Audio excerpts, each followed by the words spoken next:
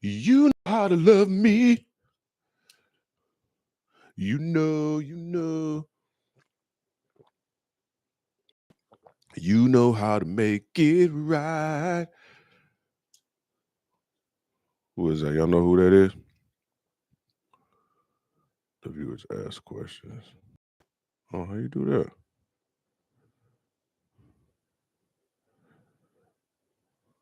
For real? The viewers ask questions or weigh in on the topic.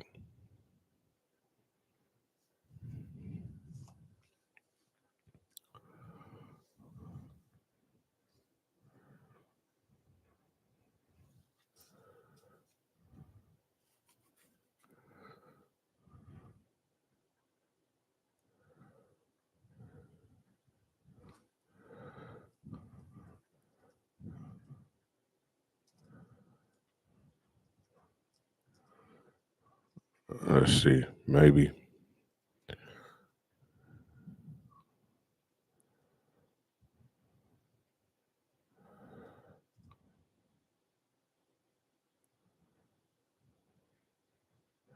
I don't think dog is ever going. Let me make sure I spell this right. I don't get cooked.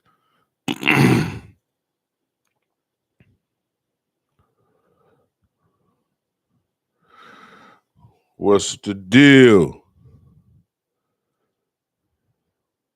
What y'all think, man? Will Chris Paul ever win an NBA championship?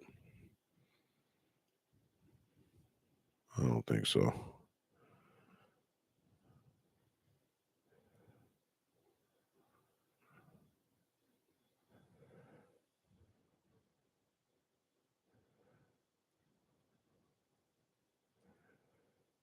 Ever.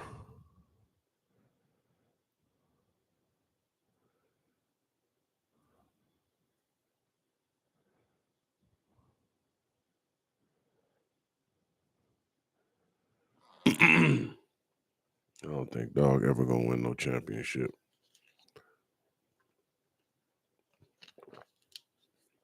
All right.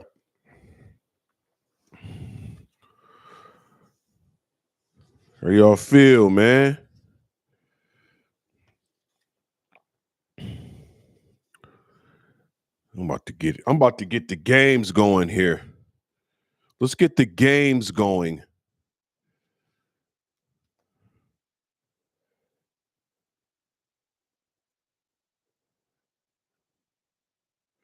Darian McQueen, you're right. Be humble. It's over. Okay. A lot of people are, first of all, thank y'all for tuning in. It's Charlie Newhart Show. Like and subscribe if you like real content. If not, I don't care. You can get off. You know, I'm just doing this for the real. Here's my questions. First of all, thank you everybody that's here so far. What's up? Be humble, Darian, Christian Clayton. I see y'all. I appreciate y'all. A lot of people are just afraid to publicly share their opinions in today's society. I will publicly share some opinions. Okay. First off, Chris Paul is never going to win an NBA championship. I don't know what the Warriors was thinking when they put dog on their team. This is the worst I've ever seen the Warriors. Chris Paul is a cancer to every team that he's on.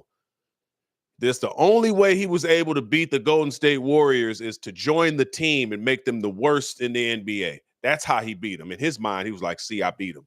He tried to beat him when he was with the Rockets, every other team. The only way Chris Paul was able to beat the Warriors is by joining them and making them trash. Klay Thompson missing 0 points in the play-in game. First of all, I don't even understand what the play-in is. What is the play-in? What's the difference between the play-in and the playoffs? I don't know what's going on with the NBA. It is rigged. That's why I don't watch too much of it. I watch highlights in the fourth quarter, but I don't want to watch, I'm just not a fan of watching all these other people make their millions. I'm still striving to get my own. Warriors did any team in the NBA who picks up Chris Paul, you basically signing your death wish, your death warrant. Chris Paul is trash. He's a very smart player, but sometimes people can be too smart and they piss off opportunities and things that come their way because they're so in their head all the time. Mental chess, and it's art of war with every single move that they're making. That's Chris Paul in his head all the time. When you need him during playoffs, he always hurt. And look what he did to the team. And I don't know what the deal is with Klay Thompson, man. I like the Warriors. I like watching them hoop. I think that they was dope. I think Steph Curry jacked up by signing with Under Armour, as I said in a previous episode. When you get a shoe deal in the NBA, it's like signing with the mafia because they are invested in your your image, your perception. So, you know, I believe a certain amount of calls. Look at LeBron. A certain amount of calls will come your way. Look at Michael Jordan. Depending on the shoe deal you have, your shoe deal is intertwined with the way the NBA treats you and perceives you. Under Armour, you ain't got no pull with Under Armour. How did Under Armour? Draymond ruin the season? How did Under Armour? Under Armour gave Curry some money.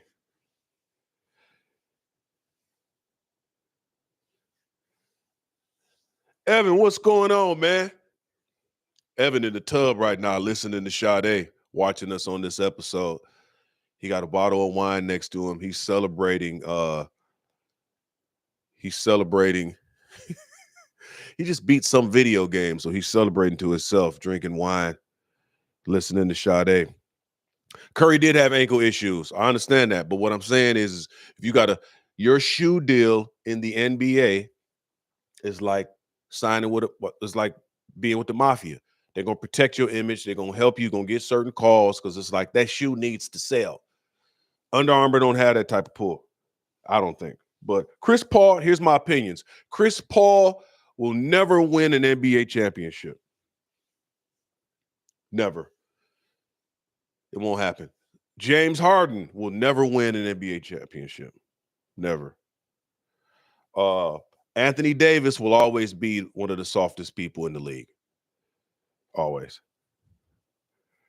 Draymond did ruin the season. I don't know. I don't know if I could agree to that. I think it was Chris Paul. I think it's all Chris Paul. I think he is a infection to every team that he's on. Every single team. Here's another opinion that I have. People with missing side teeth have shady character. Especially if you're over the age of 35. You mean to tell me you haven't taken the time to get an adequate dental plan at 35? You can get implants, man. You know what I'm saying? Or you could shove some Lee press-on nails in your gums to make it look like you're missing a whole rack of side teeth. And you want me to think that I can trust you? Tripping. I don't trust people with missing side teeth, man. The glamour teeth, the ones you need for appearance. And you don't take the time to go and you can even get a partial. You get a little snap-on. You know, it's snap-on chiclets. You can get some snap-on chiclets to pop in your mouth. And that way you can laugh confidently. You know what I'm saying? I don't understand when people got missing side teeth when they crack up and they do that. And then I just see all of that space on the side. I'm like, oh man, dog is 47 and don't have an adequate dental plan, man. My mama was on me growing up. Like, she always took us to the dentist, took us to the doctor. She was on us about our teeth. Look, I had a crown in the back. I got a tooth all the way in the back I had to get pulled. I got a missing back tooth way back here. But I'm talking about these boys. These are essential for appearance and character. These boys here. I mean, especially these. But I'm talking about these boys. You missing these and if you missing them, this is what I had an uncle a long time ago, had a terrible accident, right, on the job. And he lost some of his chiclets. And I respect what dog did because in the process of getting the lawsuit and the process of working to get his new grill, he bought a whole bunch of blue Crip rags, right? And he always had a rag or something in his pocket. And anytime he went to laugh, he didn't let us see that grill. And I respect him for that because I was always like, man, did Unc join a gang? is he? And we was in Detroit. We didn't really know. I was like, man, did he go spend some time in LA? Is he a Crip now? Did he meet Tukey? What's going on? He always, every time he cracked a smile, he put the rag up. You know what I'm saying? And then it was like all of a sudden, when he got his bag, he got a new car, and then all the rags was gone. And my man was he was showcasing his new kit. I was like, oh, because his new kit was all bright white. It was a whole new set. I was proud of dog because I remember the old set was just looked a little different, but dog took the time. He was courteous enough to us as his family and his viewers to cover up the grill when it was missing the chiclets. And we got a new kit, which I think is respectable. You know what I'm saying? That's how I feel about people who talk while they crying. I think that's a big no-no, man, especially as a man. You don't respect us as your viewers, as your family, as your friends. You expect us to try to decode what you're saying instead of just letting the moment pass. And then the man, what are you saying, dog? I don't understand nothing that you're saying. That's selfish. You want me to try to, man, let me talk to God and see what you say. I don't understand what you're saying, dog. Let the moment pass, then speak. But I think it's selfish if you have missing side teeth and you start laughing and you expose all of that and you don't tell me what happened. I think it's selfish for you to try to talk through tears. You cry talking, and you expect me to understand what you're saying. It's selfish. That's what I truly believe.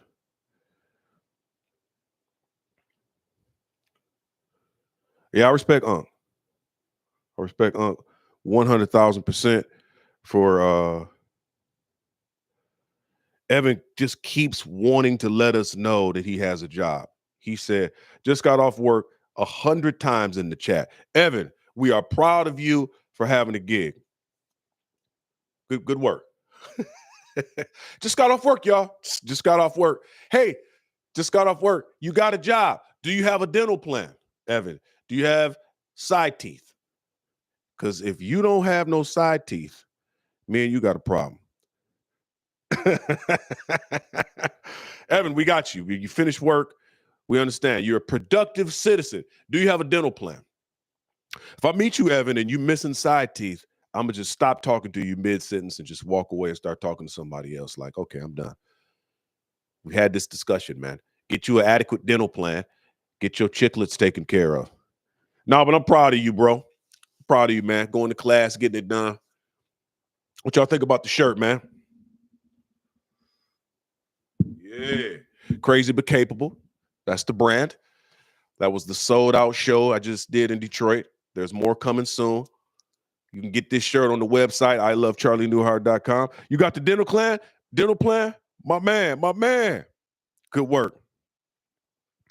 Got the dental plan. What else do I believe? I'm just sharing opinions publicly. People don't share opinions publicly no more because they're afraid. I'm not. I'll share some more opinions. Some subjects I won't touch on, because of the platform. But what else?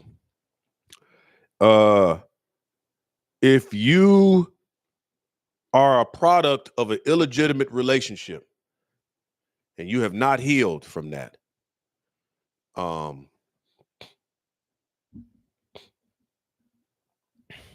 me see. If you're a product of an illegitimate relationship, you haven't healed from that, I think you should heal from that first before you get into another relationship, because you're walking around hurt, you're damaged, and you're highly, and for that matter, I think if you haven't healed from past hurts, I think you should take care of that first before you get into another relationship. I watch people jump from relationship to relationship to relationship, and I've been guilty of this because that's one of the things that like I've kind of struggled with is like almost being addicted to relationships, which can happen. You could be addicted to alcohol, you could be addicted to sex, to drugs. You could also be addicted to relationships, and I kind of dealt with that at times because it's just more comfortable kind of being in a relationship because I didn't want to face myself. I didn't want to face myself and heal. I didn't want to be uncomfortable. Sometimes when you're by yourself, without a relationship, without a partner, you like, and by partner for me, I mean female, um, you like forced to look at yourself. Because when you got somebody else, you can kind of look at their flaws and magnify, especially if you're externally driven and not internally motivated. You can look at somebody else you with and see all their flaws and tell them what they need to work on. But when you take the time to look at yourself, so if you and by product of an illegitimate relationship, I mean like you a grown side baby. Like your mama had sex with a married man, had you, and then that dad didn't want nothing to do with you because he had a whole nother family on the other side of town. And your mama grew up mad that she let a married dude smack. And now you walking around hurt. She hurt, and she didn't transfer that hurt to you. You a mad grown side baby. I think you should heal from that before you get into a relationship, because you're gonna take that into the next relationship. And it's a lot, and you're probably very attractive. You're attracting all these people in your life and hurting them all because you're a grown side baby. So I think you should heal. These are just my opinions. No man or woman. Carlton Banks. Charlie ain't had no job for 5 years. Tripping. That's funny. I think you own a seashell necklace and you rock it often on patios.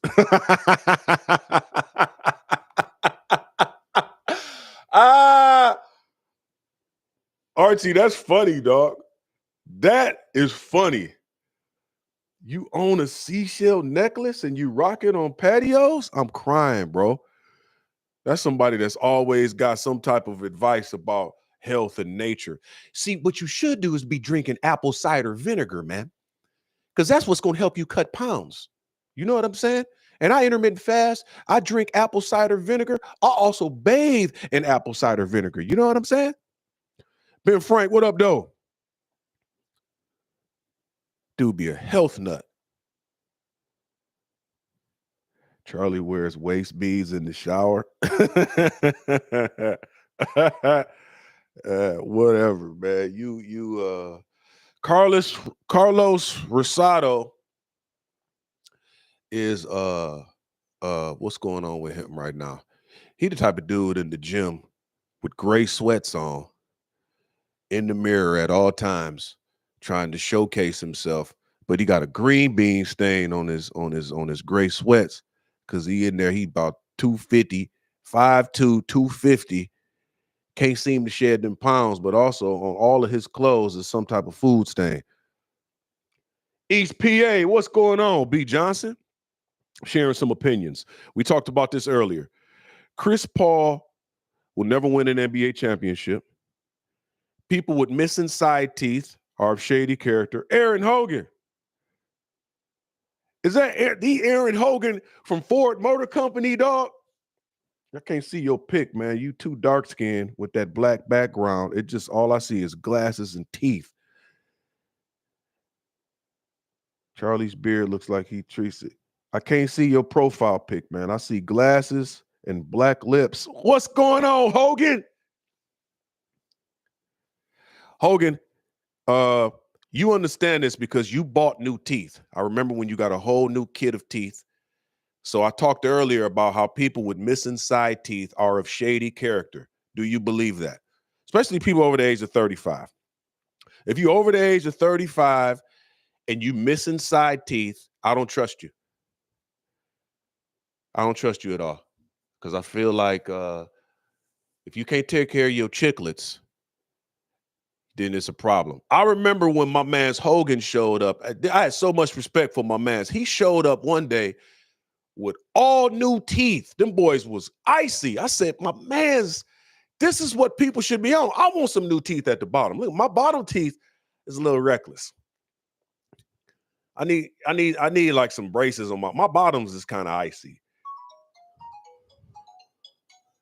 My bottoms are super icy. So I'm thinking about getting some braces, and my tops is straight. But my man's Hogan showed up with a whole new kit. and I respected him. And I talked about my uncle who had an accident back in the day, and he was like missing something happened with his teeth after the accident. And while he was waiting on his lawsuit, he had a whole bunch of blue rags in his pocket that he would pull out when he laughed and he would cover up. I respected that. But if you missing a bunch of chiclets and you laugh, you just showcase your teeth, I have a problem with that. So my uncle would pull out the blue rags and laugh. And then all of a sudden, when he got the lawsuit money, he bought a new car and bought a whole new kit. And all the rags was gone. And he was confidently laughing. I was like, okay, I respect that. 100%. Shout out to you, Hogan, with the new kit. Me and Hogan took the buyout around the same time at Ford. He jumped into the trucking game, man. And I actually started driving. I got my CDL not to when Hollywood got weird, Hogan, and wouldn't let me audition if I didn't take the jab and all of that type of weirdness. I went and got my CDL a couple years ago, man. So I've been driving part-time. You know, I still been doing commercials and stuff here and there. And kind of I got my hands in a few things, but finally got my CDL. And bro, it's like printing money. Work a few days a week and take care of everything you need to take care of. That's how you was till you bought your set. Did you have a blue Crip rag in your pocket? Like, man, like go ahead and just invest the money to get a new kit. I tell you, the funny thing is what if my uncle would have got his lawsuit money, then instead of buying a new kit of teeth, he bought 100,000 blue Crip rags to just. Oh man, hey, where's my rag at? Somebody hand me one of my 100,000 blue Crip rags I got over there. You got a new kit, Carlton? No cavities, but I had 2 molars removed 2 weeks ago. Not tripping on 46. I'm good at the wisdom teeth. Man, I got this back tooth removed a couple years ago, all the way back here in the corner. I had that one taken out. I had a root canal on it to watch. Y'all got to watch this documentary called Root Cause about the dangers of root canals and what it does to your system. But I just had the back tooth removed. And that's it. I've had a few cavities here and there, but my mama was on me when I was little about taking care of my teeth. So I always go to the dentist. I always make sure I got a dental plan. I go get cleaned, blah, blah, blah. I have several cavities, but I'm saying if you missing a side tooth, like a glamour chiclet, you can go get an implant, or you can shove some gum in there or a lead press on there, something or get you a partial. You should be grown. When you grown and you walking around with a reckless grill and you see people you know, like, we gonna talk about you. We're gonna talk about you. 100%. You was working with Marcus. Oh man, tell Marcus I said what up. Charlie is playing Simba on Broadway. Went PGZ. I'm crying. Went. A lead press on chiclet is comedy. Yeah, shove some gum in there, man. Or sharpen a lead press on nail, sharpen one edge of it, and shove it up in your gums, man. And just pat away the blood. But then you could, like, if I was missing a whole kit, I'd probably shave a whole bunch of lead press on nails and shove them up in my gums. And I'd also have like a blue Crip rag. Man, stick a marshmallow in that boy. Tooth extraction on 2 bottom molars. Had my gold teeth taken out in 2010. 6 open face. Teeth were still good on top. My man had a whole gold kit.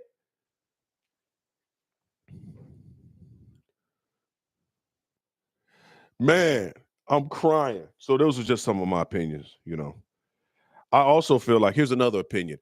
I feel like failing, if you get into a relationship and you fail to disclose a mental illness, that's the same thing as getting into a relationship and failing to disclose that you had gender reassignment surgery and change your birth certificate. I feel like that's the same thing. Could you imagine marrying somebody and wondering why, wondering why you can't have kids? You've been blasting off like, why is she not getting pregnant? And then 2-3 years later, she just tell you like, well, you know, I had the surgery a few years ago and changed my birth certificate. Like, would it be wrong if dog put hands on her or did other things to her after discovering that? Like, I've been trying to have kids for 2 years. And I was wondering why that hole felt a little different. It was a little soggy. So I've been blasting off in an open wound because this is not a box. I've been blasting in an open wound for you to tell me that you're not a woman. Oh my God. Straight, B. Johnson, straight. Like my man is we going to the doctor. Like, well, so we gonna go to try to get things figured out. You've been blasting in a dude.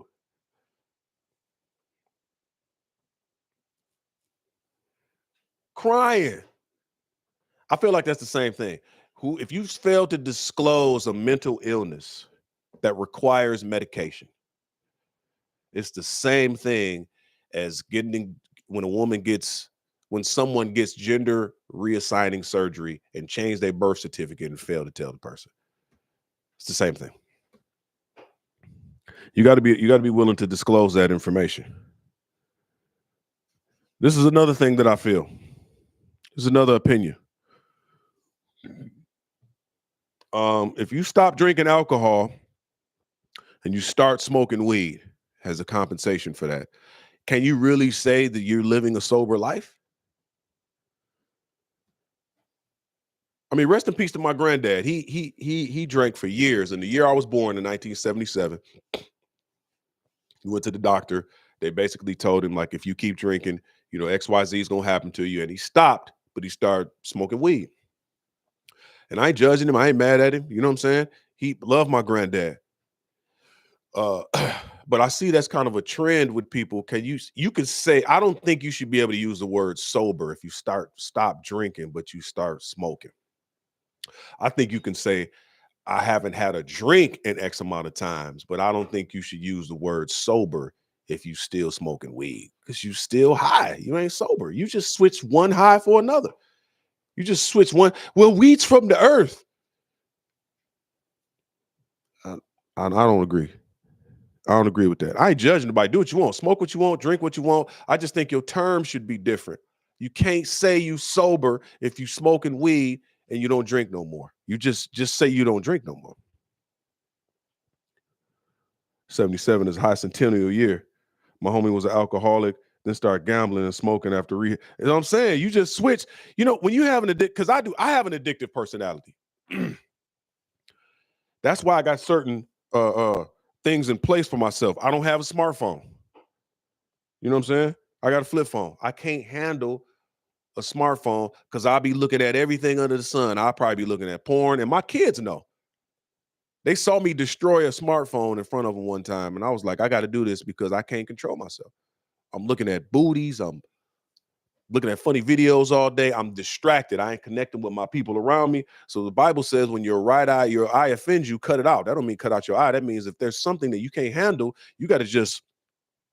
And this book that I've been reading, Atomic Habits, it talk about it. Like, you got to make your bad habits hard to get at. You know what I'm saying? So I've been addicted to pornography and all this type of stuff. So flip phone. So when you have an addictive personality, you're just going to switch from one thing to the next. I just have a problem when people say, yeah, I've been sober for 10 years, but you stop drinking and you start smoking. Just say you don't drink no more. But if you just switching one negative habit to the next one, like homeboy said, can you say you sober if you smoke cigarettes? Ooh, that's a good question. I don't know. I think, man, you could be addicted to nicotine, but can you be high? Bro, that's a good question. What y'all think in the chat? Can you say you sober if you smoke cigarettes? I don't think you can say you sober if you smoke marijuana, but cigarettes. And really, it's a dopamine rush. You know, there's other ways to get dopamine because there's certain things that I know I have to do because I have an addictive personality. Um, these are some of the things that I do to get my dopamine rush. I get in an ice tub in the morning. I let that be the first thing. I do the hardest thing I can do first thing in the morning. I jump in the ice tub. It's hard. I'm talking about freezing cold, at least for like 1 minute or 2 minutes. Sometimes I do 30 seconds. I ain't gonna lie. From 30 seconds to 2 minutes, just submerge myself in a cold ice tub, or you can take a cold shower. You get this dopamine rush because your body wants to get at heat so bad. And when you finally get out of the shower and you warm yourself, your body just you just get flooded with this rush of dopamine because it's like, oh, I'm warm now. So that's one of the ways. Mary Jane is good for working out and meditation and other cognitive exercises. It's just not good for everybody though. Like people who smoke, there's some people who smoke or take edibles or whatever, and they function, but there's some people chemically they can't handle it. So like I'm not the person to tell you to smoke, not to smoke, drink or don't drink. Like that ain't my claim. But what I am saying is you can't tell people you sober if you stop drinking and you start smoking. You know what I'm saying? Because it's just an addictive personality. It's an addictive behavior, and just going to switch from something else. Here's something else that I believe. Praying and manifesting is not the same thing. Praying and manifesting is not the same thing. When you're manifesting, you're basically thinking about it, and in your mind, it's like you're bringing this into your life. I'm thinking about it so much. Praying is, okay, I'm going to talk to God about it, pray, ask him to bring it into my life. And then, the Bible says, as a man thinketh in his heart, so is he. So after I pray and ask God for it, I'm believing he's going to bring it to me. So what I'm thinking about is how I'm going to behave when it's in my life already. That's the difference. Manifesting is you think you did it on your own. Prayer is you leaning on God. It's not the same thing. So I asked that question. With people who think, especially if it's a woman I'm interested in, if she think prayer and manifesting is the same thing, I won't deal with her. Same could be said about sugar. That's true. 30, Matt, try it. Ice pod. You get an ice pod for $120. I got a code that I could give y'all where you could get a percentage off if you mention my name.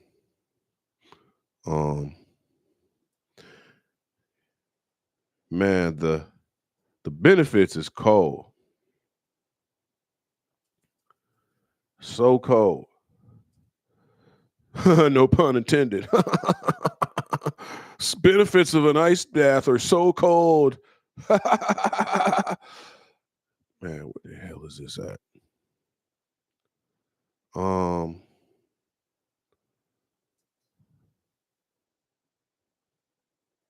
Yes, it's Charles 6420. That's what it is. If you put in the code Charles 6420, ice pod. You said no, that's my journey. Man, I'm telling you, it's worth a shot. Just try it. You know what? Just take a cold shower in the morning. See what it do. See what it do in the morning. First thing, hardest thing you do, or even if you're taking a hot shower, switch it over to cold for 30 seconds and then get out. It's hard. Nobody's without flaws. It's true. Everybody has flaws. I have them. I'm transparent about mine. That's why I got a flip phone. You know what I mean? That's why it's just certain places I just can't go. Like people will call me, like I can't do the Hollywood parties, man. I done been in a bunch of shows and movies and I can't go to the rap party. I can't, man. I know what goes down at rap parties. I know what that rap party is at the end of the show. There's a big party with all the cast and crew and everybody. Like, I can't go to them, man. I'm wild. I'll tell you what I used to do. My cousins, I ain't even gonna say that. I'll say I saw a lot growing up from age 15 on at various freak parties, is what we call them in Detroit. So when I went to high school parties, it was so boring and lame, and college parties, it was so weak. So I would go to the bathroom, take off all my clothes, and then just come out naked in front of everybody. Like, hey man, where's the toilet paper at? Where's the toilet paper at, man? Let's get let's get the game started now, immediately. Let's quit playing. So I'm too wild. I'm too wild. What's it going to do for me? It's going to make you cold. Try it. Try it, Hogan. Jump in a cold shower in the morning, freezing cold shower. It's giving you a dopamine rush. The dopamine rush daily will help you if you have addictive behaviors. It's a no-fly zone for Charlie and Novi. 100% rotten podcast. I was in Novi the other day. I didn't get no smoke from nobody, man. 100% rotten podcast lives in Hamtramck, telling everybody that he's on the east side. So yeah, I'm too wild. I can't go to those parties at all. So praying and manifesting is not the same thing. That's my opinion. Here's another opinion I have. To buy a house in the United States, you should live in the United States. I feel like one of the issues that we're dealing with this housing crisis and these prices, interest rates is high, prices of houses is sky high. And Hogan, I know you remember this back in the day when we was buying houses, 99, 2000, 01. It was so easy to get a house when we was at Ford, working on the assembly line. We could buy a house. Now you working on the assembly line, it's like you got to have two incomes to buy a decent house. Back when we was buying houses, so easy. But one of the reasons it's been difficult to buy a house is because you got people who live out of the country who are buying homes in bulk, especially China. You know what I'm saying? The house I was living in Eastvale, California, was owned by some Asians that didn't even live in the country. And I just feel like that's part of why the bulk of the real estate, it's like so much. So essentially, this is what happened. The pandemic happened, and a lot of people were displaced from their homes, like in droves, because they couldn't afford it. You was forced to sit home, and people weren't able to afford their home no more. So they left, and all these homes were abandoned. And then banks and people who didn't live in this country, real estate investment groups, start buying up the houses that everybody left, right? So when all these people got displaced, they moved in with family, just to cut bills. And then when they got back on their feet, when the world so-called opened back up, they thought they was going to be able to go back to those original homes. And now the rent is twice as high, or the home is 3 times as much. And now they can't even afford it, because the banks and these people who don't live in this country bought up all of the property and drove up the prices like crazy. Even now, it makes no sense that interest rates are as high as they are and housing prices are the same. Usually one is not the other. If interest rates go up, prices usually go down. Prices go up, interest rate. But right now, prices and interest rates are going up. And people saying that it's not going to be a real estate bubble. It's not going to bust. What needs to happen is a law needs to be established that you cannot buy property in this country unless you live here. For real. Oh, tell me why. Please tell me why. I'm a little bit off on the housing. I need to know. I want to know your opinion, because it's just what I'm doing now is just stating my opinion. These are my opinions. I'm not about to state 100,000 facts, because I just don't think people get on here and, share too many of their opinions. But Florida has that law? You think? I need you to research. Does Florida have that law? Does every state have that law? I know California does not. You can live outside this country and buy property here. Banks, and I know this is for a fact, this is a fact, Chase Bank and many other banks during the pandemic bought up blocks and blocks and blocks of houses. So if you take the inventory off the market, of course the market's got to shoot up. It's not every state. Okay, you in Texas? All my whole family's in Texas, Carlton. Terrell, Forney, Dallas. Well, a lot of my family. Frisco.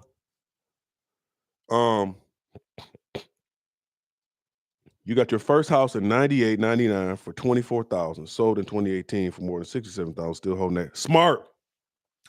I did that in, man, you made a killing. I wish I would have kept my house I bought in 99. I bought a house in 99 at age 22 for 100,000.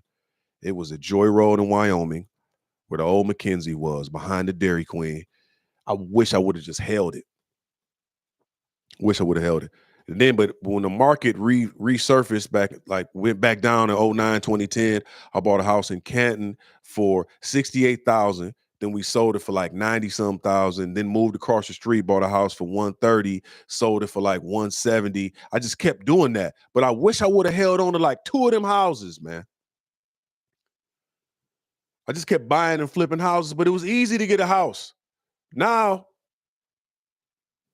you bought your house in 06 and still have it. That's smart. That's smart. I just don't feel like, I feel like you should live in this country before you buy a house. And I feel like what's happening in the real estate market is criminal, and it's a repeat of what was happening in 07, 08, 09. Because there's no way the interest rates should be just as high as housing prices. You know, California, I was looking at houses in Fontana. And if you know anything about Cali, Fontana is not there are parts of Fontana that are not the most optimal. They call it Fontucky. Houses in Fontana, new houses, 700,000, 750 for a 3-bedroom, bro. I was looking in Rancho. You ain't spending no less than 750,000 on a decent 3-4 bedroom house. Now you can go to San Bernardino, which is, you know, San Bernardino is where the first McDonald's was ever made in California. The first McDonald's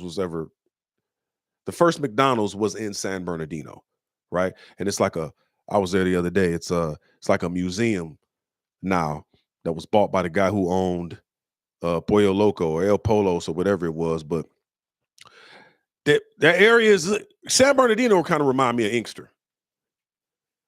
But San Bernardino, you get a house there, you get a 3-bedroom house in San Bernardino, it's going to be about 400,000 or 500,000.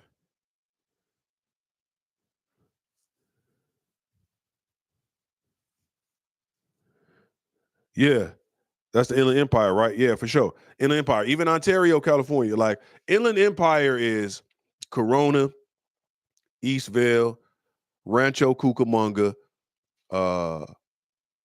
San Bernardino, like inland. You start to work towards the middle, Riverside. All of that is like stuff that's hour and a half away from LA. But the further you get away from LA, the closer you start moving towards Las Vegas. It's hotter in the summertime because you're getting closer to the desert. So in the summer, it's like 105, 106. It's hot. But, it's a crazy drive. If you work in LA, like I was living in Eastvale and working in Santa Monica, it took me an hour and a half. No, it was like 2.5, 3 hours to get to work some days. But that's where the affordable housing is. But, it's, I don't know. I just feel like you should live in the United States, and banks, I just think it's criminal, and I think something is going to change. Isaiah 59:19 says that when the enemy comes in like a flood, the Spirit of the Lord comes in and raises up a standard against him. I just think the enemy came in like a flood during the pandemic, and a standard is getting ready to be raised, because there's no way you should, if you were making $100,000 a year, it shouldn't be hard for you to buy a decent home in the United States. You live in Ventura County, it would be 70 degrees. Exactly. Yeah, that's crazy.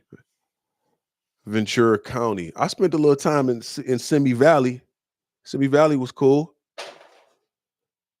It was super white, but it was cool. Here's another thing I believe. I think that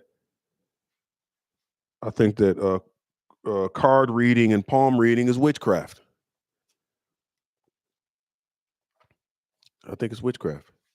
Why can't you just, like, there's Saul wanted to go to battle, and he was waiting on Samuel to give him the word before going into battle. So he was waiting, couldn't wait no more. So it's like he went and saw a witch doctor and said, hey, No, he wasn't waiting on Samuel because Samuel had died. He was waiting on some type of sign from God. He was waiting on something before going into battle. And he didn't know what to do. So he talked to a witch doctor, and the witch doctor summoned Samuel from the other side. And Samuel was like, look, why you ain't let me rest in peace, man? All right, so look, this is what's about to happen to you. The kingdom's going to be ripped from you because you never really trusted God. You trusted all these other things. You worshiped yourself and blah, blah, blah. And basically he got destroyed, and the kingdom was ripped from him and gave to David. I just feel like some people are not. So this ain't for everybody. Obviously, this is for people that have a real relationship with God, this conversation. So this don't apply to you. I get it. Because right now I might be speaking Chinese to some people. But I feel like card reading and palm reading and seeing what is it called? When you go see somebody, the psycho, whatever, when you go see somebody, it's like you're not taking the time to talk to God. You don't really have a relationship with him, so you're willing to let any kind of spirit talk to you. I don't believe in it personally, because the Bible says God speaks once, yea, twice, yet even in a dream. So like I'll pray and then I'll fast and I'll talk to some people, because in a multitude of counselors, there's safety. Hey, I'm thinking about doing this. And then I'll wait and wait. And every time I get an answer, not always exactly when I want it, but sometimes you got to just wait. Let me wait. Let me just wait. Let me wait. Like I remember when I first moved to Cali, I had a nice amount of money saved, and I thought that I could just use that to get a place. So what I found out is no matter how much you got saved, they wanted to see, that you had stable income, which I didn't have. And I was like, man, how in the world? I got this money. I just want to pay my lease up for 6 months or a year or whatever, and nobody to jump on it. So I remember I was married at the time. I prayed. I'm like, God, I don't know what to do. I'm here with all my stuff in the U-Haul truck. We got all this money saved in the bank, and I can't get a place. God, please help me. And I remember I called a couple spiritual people that I trust, and told them to ask them to pray and blah blah blah. And then we went out to eat. We went out to eat, and I was at this restaurant in Long Beach, and we just cracking jokes and clowning, having a good time. And there's other black. What I love about Long Beach is it's a dope black community, upscale community, almost like some of the areas outside of Atlanta where it's like upscale black folks. So I'm in Long Beach, and this restaurant, it's majority black people, but we clowning, and I'm just talking to other tables. And make a long story short, it was a dude at another table. He was like, "Man, I'm a manager over at a dealership in Santa Monica. Come holler at me anytime." I was like, "Oh, cool." So and I looked at my wife. I was married at the time. I looked at my wife, and she was looking like, "That's the plug for the job." I was like, "Cool." So I took his card. I called him the next day. I ain't no dog from a can of paint. I said, "Look, man, I done moved here from Michigan. I'm trying to get it. I'm gonna keep it a buck." I said, "I need a letter of employment to show these lease companies." I said, "I got money, but I need a letter of employment so I can get a place." He was like, I was like, "Dog, I'll give you $100 if you just type up a letter saying I work there." He said, "All right, type up the letter, send it to me. Man, I'll put the letterhead on it and blah, blah, blah, and I give it to you." So I typed up the letter, I sent it to him. And then I went up to the dealership to give him the money. He was just like, "Nah, you ain't got to give me that money, man. We cool." Cool black dude. I don't I don't care about saying his name. His name was Chris Duran. Super cool dude. And he said, "Man, you ain't got to give me no money. It's cool." So I'm going to walk out the building with the letter. And I knew I got this tug from the Holy Spirit, like, you need to be a man of integrity, number one. Why don't you actually work here? I was like, man, I ain't come out here to get no job. I came out here to get me some TV shows to get this money. He said, and I know I heard God. He was like, you need to work here. Instead of taking the letter, actually work here. So I went back in, I filled out the application, took the drug test, I got hired there. And sure enough, this place that I ended up working at, I think within like 3 months of working there, I met an agent and got booked a commercial, a Slim Jim commercial. Then I got an agent from working there. Then I met somebody, I never forget, man. His name was Josh. Super cool white dude. I sold him a van. He had a nanny. Dude had bread. He had a nanny that he wanted to buy a van for her uh, to drive his kids around. And I'm clowning and joking the whole time. And he was like, "What do you do?" I said, "I'm an actor, I'm a comedian. I got some TV shows written." He said, "Well, I'm head of development over at Critical Content. And Critical Content puts TV shows on several networks." I said, "I got a show written and ready to go right now. I'd love to come in and pitch the show." Gave me his card. Sure enough, gets me a pitch meeting. Now, this guy puts TV shows on all the networks you can think of. Brings me in there. It's in West Hollywood. Brings me in the room. And I pitch TV shows like a play. I bring people in and we act out the scenes and go over everything. So I go in there, we pitch the show. He said, "Yeah, well, that was great. I loved it." But he said, "These are some of the things that you should work on if you want to pitch it in future ventures." And I said, "Well, why you can't pick it up?" He said, "It's cool. We got a show kind of similar to that." He said, "But your pitch is missing some things." He said, "For one, you need a show Bible." I was like, "Dog, what's that?" He said, most executives are lazy. You need a book, maybe 20, 30 pages that looks like a magazine that an executive with a bunch of pictures that an executive can just open up and look at. What's the season going to be like? Who are the characters? What's the show? What's the main plot?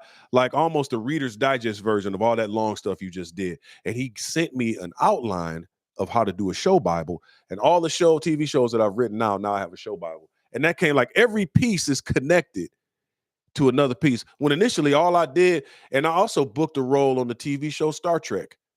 Sold a car to a guy. It was all God. I give God all glory.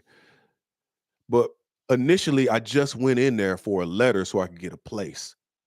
And then God was like, "Work there." And all these other opportunities came from me working at this dealership. So that's why I just believe in trusting God and asking him instead of card readers and palm readers and all this other weirdness. Like if you really truly have a relationship with God and you ask him, it ain't even about being perfect, because I'm not.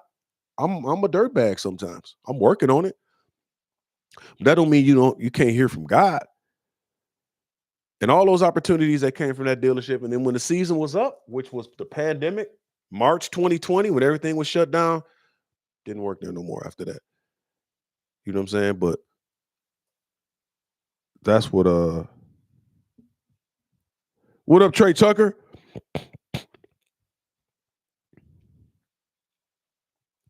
Okay. I see that. I think what else do I believe? I'm gonna tell you what I really respect. I respect The Rock using his platform to be real, which I've never saw that out of The Rock. The Rock, a lot of these celebrities, their platform is super like, let me keep everything general and not be too opinionated because I want to be liked and loved by everybody. But I saw this interview with The Rock. He was like, "Hey, you know what? Just to let you guys know, I'm not supporting uh, Joe Biden in the next presidential election." I did. I was like, "Whoa, look at The Rock being opinionated." And this is not a bash against whoever is running for president, who's not. You know, I'm gonna pray about who to vote for.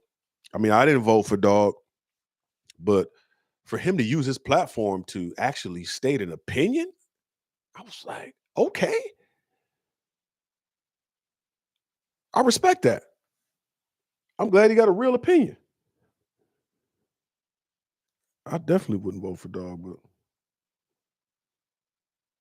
I would love to see more celebrities taking a stand publicly for something. That's why I miss.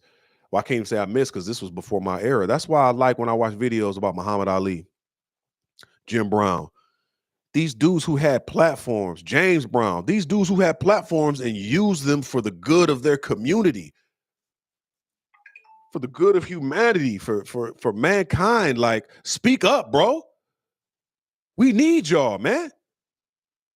And honestly, my journey's been taking a little longer because I can't be bought. I refuse to do certain things. I'm not going to wear a dress. I'm not going to take the jab. So, and I got into it with my agent and we went separate ways because he was like, "That's why you're 46 and you just haven't blah, blah, blah." Because you won't, man, listen, man, I'd rather take the long road and the right road than the short road and be out here and went crazy. Y'all see these celebrities that just go crazy. Man, I could be in a super bag right now if in fact I was willing to do a shower scene with 20 dudes or put some stuff in my body I don't know nothing about. I'm not willing to do either, dog. Facts. Malcolm X too. People using a platform.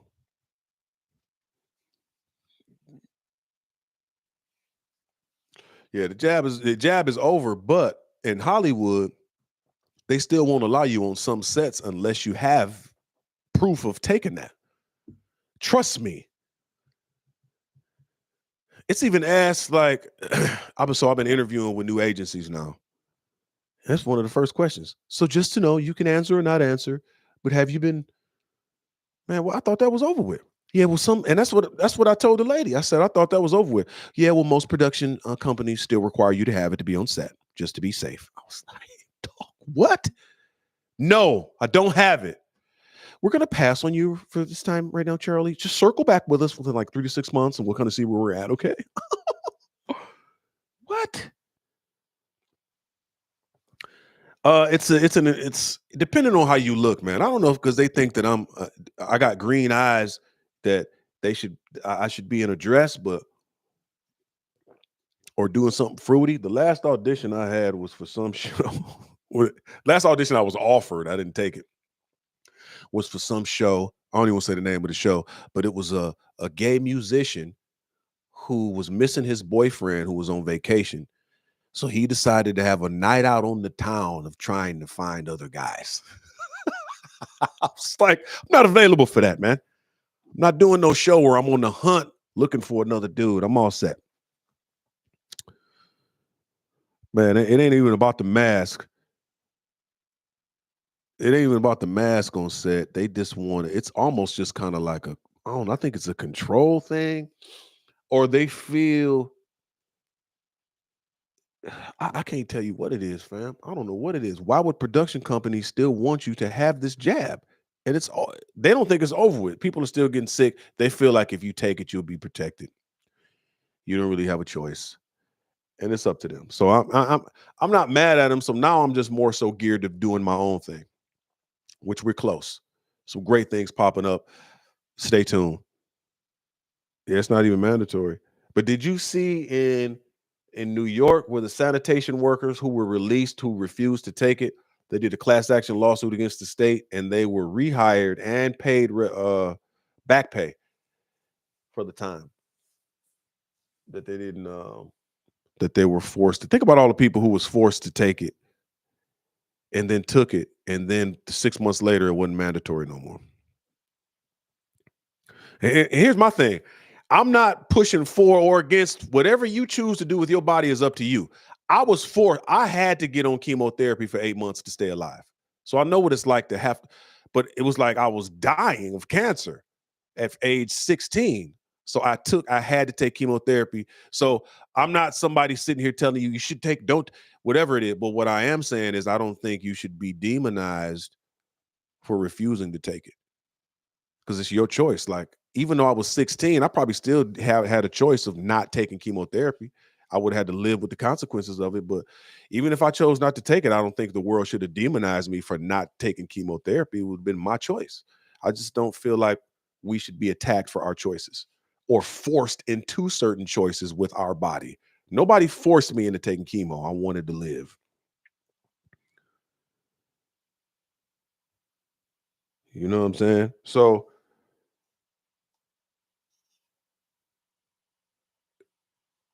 she was shot at 23 too, Carlton. We like brothers, fam.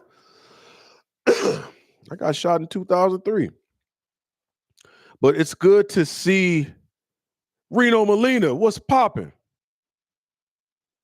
Man, I hope Reno Molina, I hope that's a man. I hope that's not a man putting hearts in my chat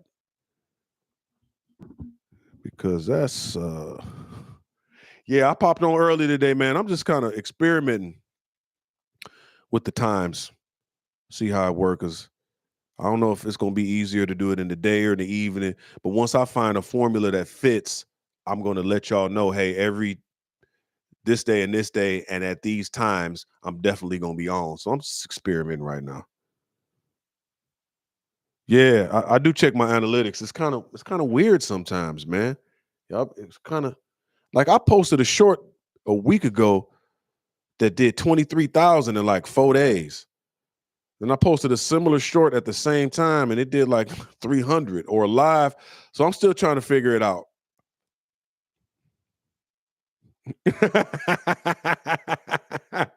Reno Molina sending another man hearts. Tripping. No, it's all love, G. I appreciate you, man. 1000%. Yeah, some days, certain times. But I think when people can't be bought in an industry, they're labeled difficult and then they get a hard time, placed a hard time on them. And then um, other people start to see them that way, like they're difficult, but it's just that they don't want to be bought. They don't want to be perceived a certain way. They don't want to do certain things. Like I don't know, I'm pretty sure y'all hip to Phyllis Hyman. Love Phyllis Hyman. She passed away sadly in 1995, but that's one of the first celebrities I ever met when I was younger. Because I remember my church in Romulus, First Baptist Church, Pastor Charles Woolridge, his first wife passed away and he remarried. And the woman, and he remarried, he was like 50, like 60 years old. He remarried a beautiful woman. She was about his age. It was like his high school sweetheart. It didn't work out. He married somebody else and they reconnected. So when he remarried, his wife was related to Phyllis Hyman. I think they were like first cousins or something like that. And I remember one Sunday, Phyllis Hyman came to church and I didn't even know who she was. I just remember she was tall. She was like 6 feet. She had this big tall hat on. And this was a small church in Romulus. And her presence was so like she walked in a room, you could just not only be because of her height and size, but just her presence in general. And she would come to the church every now and then. And my mama would like, that's Phyllis Hyman. And I'm like, I don't know who that is. I'm listening to Fat Boys and you know, EPMD and Cool Mo D, and them the only musical people that I know. I don't know who Phyllis Hyman is, but when she passed, it was like, dang, man, I remember meeting her. I remember shaking her hand, talking to her at church, blah, blah, blah. It was real brief, but like once she came a few times, I was just more comfortable with, hey, how you doing? Blah, blah, blah. But she passed away. And then when I researched, first of all, she had some of her voice. She was very beautiful. And her voice, like she could really sing, not like a lot of these singers today where it's so many. Phyllis Hyman could really sing. But she was labeled difficult because it was just some stuff she just wasn't willing to do. She wanted to create art. And that's kind of where I am. I love creating art. And when you mix, and I heard Dave Chappelle say this, when you mix art with commerce, that's where the conflict comes into play because some people will look at you and see like, Charlie, you're 6'3", green eyes. If you're just willing to play this role of you being prisoner number 5, getting raped, I mean, that would be, no, I'm not willing to do that, dog. You know what I'm saying? It's just some things that I'm just not willing to do. I can't be bought. Phyllis Hyman could not be bought.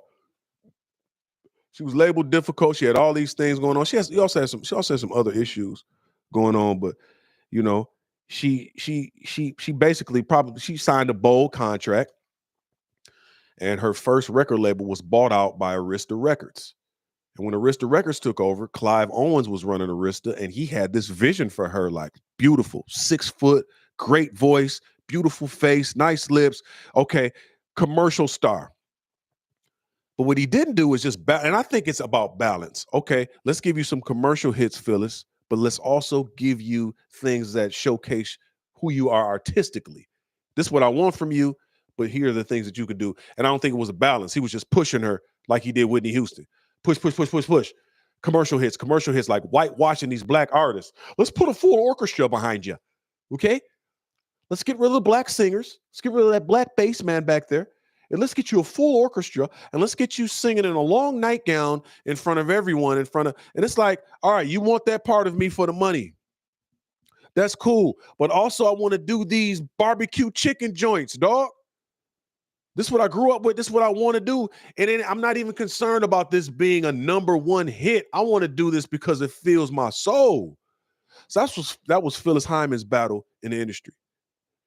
She battling Clive Owens what he wants. She battling what she really wants. You know what I'm saying? And then I heard her in an interview say she thought when I got rich and famous, she said, I thought when I got rich and famous that it would come with a husband and some kids. She said, I'm not married. I don't have kids. So she was miserable because she was trying to, and she said she was afraid of Clive Owens. Now, I don't know nothing about dog. I do know about industry behavior. And I just believe he wanted her to be, you know, he wanted her to be the best. He wanted her to be at the top of the charts all the time. You know what I'm saying? He had this reputation of building great artists, which I'm not knocking him for that. He had a great reputation for building artists. I just don't think he was able to, especially black women. You got to be able to understand black women at the same time. You got to be able to balance, like, this is what I want from you. Also, too, here's where you have the opportunity to express who you really are. So she was afraid of him. He just didn't balance it. And, you know, she ended up unaliving herself in 1995. And you can hear her pain in all her songs, especially the Alone song and all that. And then when you watch how these people push some of these artists, like, I think it's the craziest thing in the world that TLC has a song called I Don't Want No Scrub. You broke, you hanging out the passenger side trying to holler at me. They got a song talking about how they don't deal with broke dudes and then accept a Grammy and get on stage and say they broke. Crazy. Hey, we just made a hit song talking about broke people, but just want to let you know, y'all, we broke. You signed that contract.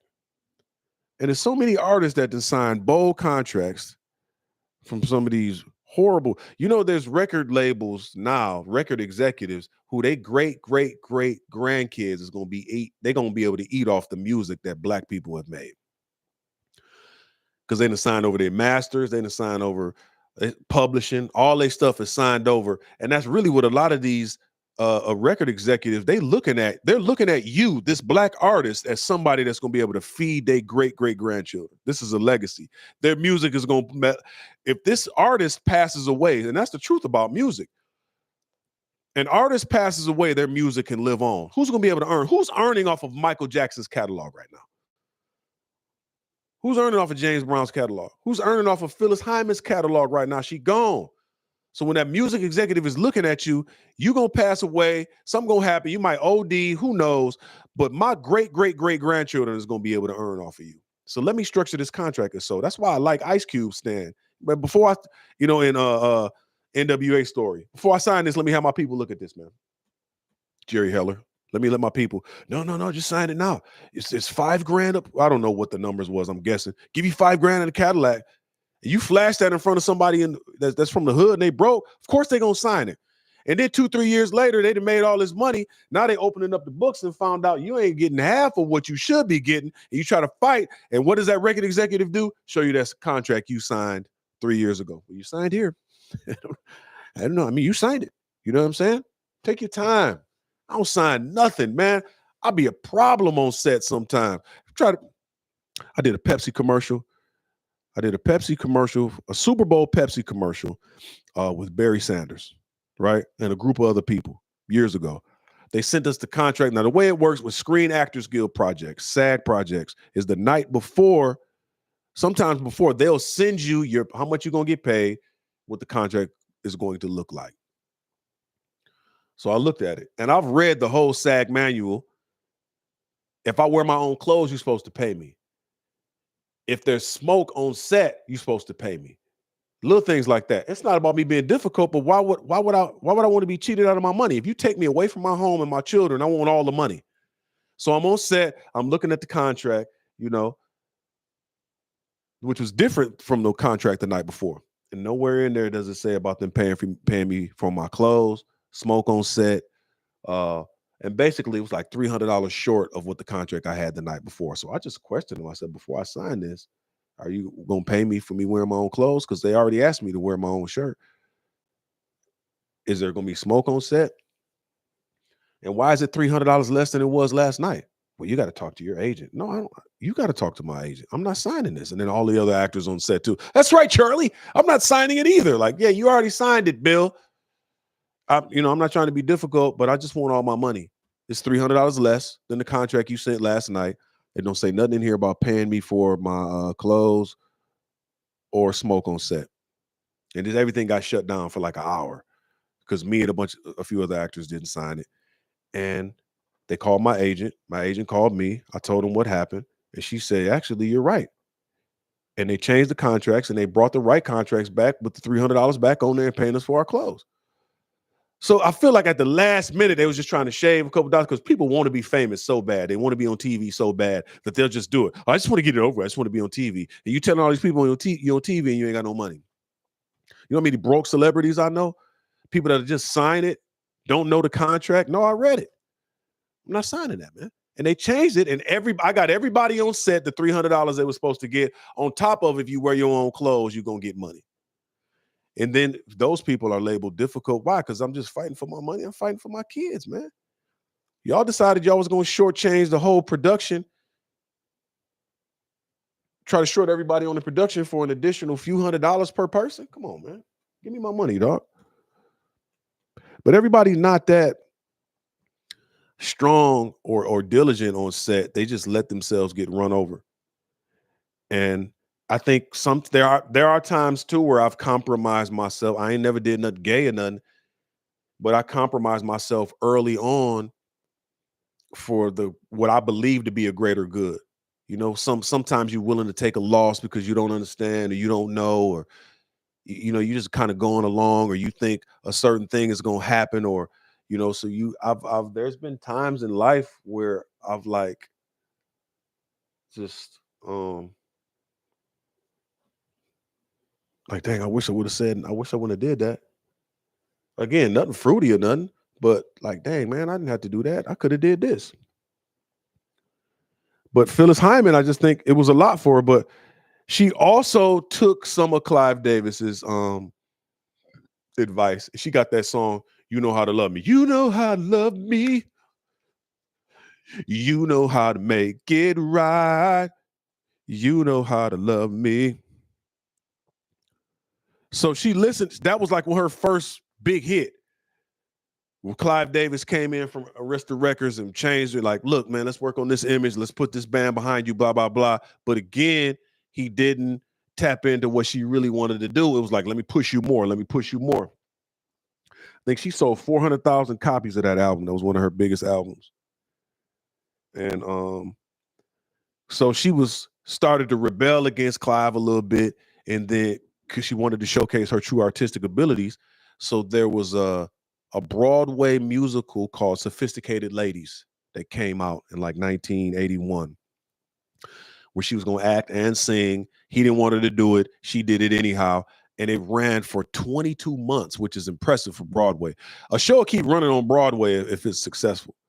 It ran for 22 months, had I don't know how many performances, but it was incredibly successful, and it fed her soul. She talked about how much she loved doing it, how much fun it was. And then at the same time, she did a studio album. So she got this record executive mad at her, pushing her to just only focus on this. But she like, I got to focus on the art at the same time, and I can do both. But she put out an album while doing a 22-month Broadway play, which was lit. And but I just think it was just too much for her. Relationship ended. I think she had some trauma and some mental health concerns too. And she kept trying to unalive herself in the midst of the pressure of the fame and all of that. And she was actually successful of unaliving herself in 1995, which is sad. And that's why I feel like celebrity TV, entertainment life, sometimes it's incredibly similar to just real life pressures, man. You got to take the time to get away and do you. Can't let nobody force you, no matter who it is, your spouse. Even if you're married, as a man, your job is to listen to your wife, but obey God. You can't obey what everybody around you wants you to do, because it'll just push you into, you got to take time. And God set the standard in the Bible. He took the seventh day to just rest. Sometimes you got to just rest. Sometimes you got to just get away from everybody, go to the water, zone out. You got to do what you love. You know what I'm saying? You look at these celebrities and these people unaliving themselves because they felt like the fame and the money was going to give them happiness and peace, and they get it all and they don't have it. Or similarly, You think you get a good job with benefits, you got a 401k, you know what I'm saying? You got all of this stuff. You got a couple old schools in the garage, and you can still find yourself like being unhappy, chasing the dragon.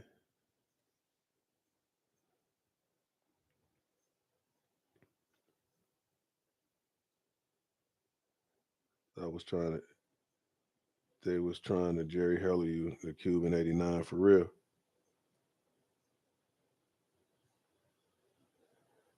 Yeah, they Jay Jimerson, what's going on, fam?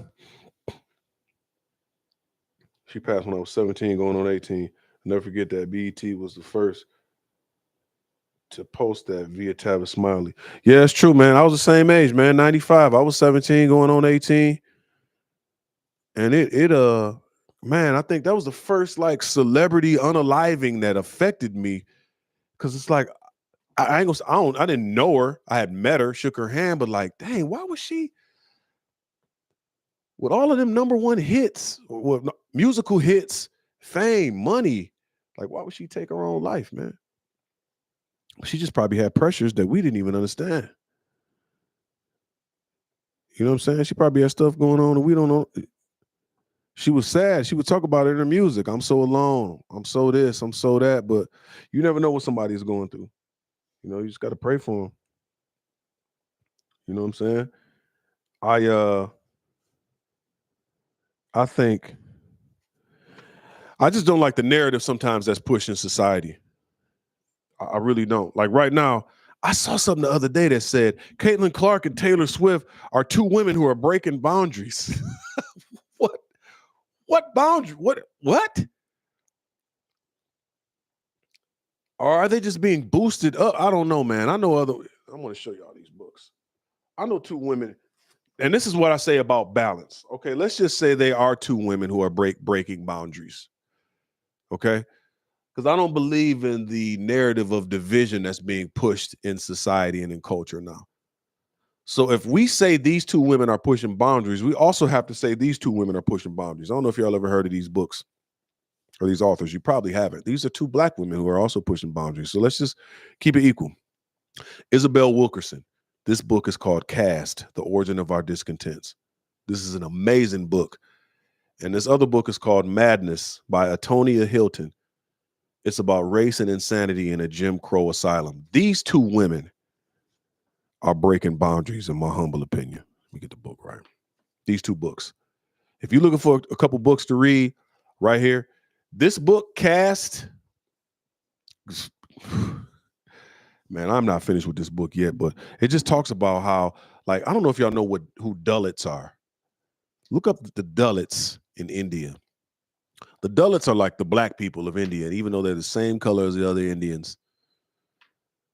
But they are the people in society that are considered the less thans to do all the grunt work. And and it's basically, this book talks about how every society has one group of people who are considered less than everyone else, that everyone else steps on to get what they have. You know what I'm saying? This is an incredible book. You got to read it, or just get the audio book or listen to the short version of it, but it will help you understand systematic oppression in the United States and every country. You know what I'm saying? And how one country will borrow a process from another country that works basically for riches. Did y'all know that Hitler learned eugenics from America? Hitler learned his process of his horrible behavior from people in America. The dude who owned Kellogg cereal, and several other people, a lot of these millionaires back in the day had a system had a process called eugenics, where they felt like they wanted to unalive people of ill repute in their eyes. Certain people shouldn't be able to repopulate. If they were mentally challenged, some of them of different color, if they had stuff going on with them, they was like, look, let's just sterilize them or basically get rid of them. The dude who owned Kellogg cereal, that was his program. And he had a whole group of people He had a whole group of people that believed in his system, and Hitler got that system from him. And it's so crazy that Hitler was able to create a system of like racism, caste, and class in a country of two people who look the same. Can you tell the difference between a German and a Jew? They look exactly the same. And it's sad that he was able, and I don't agree with it. It was sad that he was able to create so much hate for one group of people. So this is not a political stance at all. I'm just saying he was able to create a hate of a group of people that looked exactly like Germans. But a lot of what he learned came from the United States. But you get all of that if you read this book. These are the people who break in real boundaries. Antonia Hilton, breaking real boundaries. So if you had some type of mental illness back in the day, there were homes that were available for you.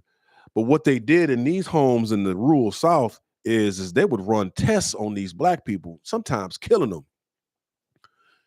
And they would promise them money or things of that nature, like, hey, we want to give you a couple dollars to come in and run some tests on you. They end up keeping them there for years and unaliving some of them and heavily medicating some of them, just running tests on these poor black folks down South. And this was called Crownville. I haven't read this whole book yet.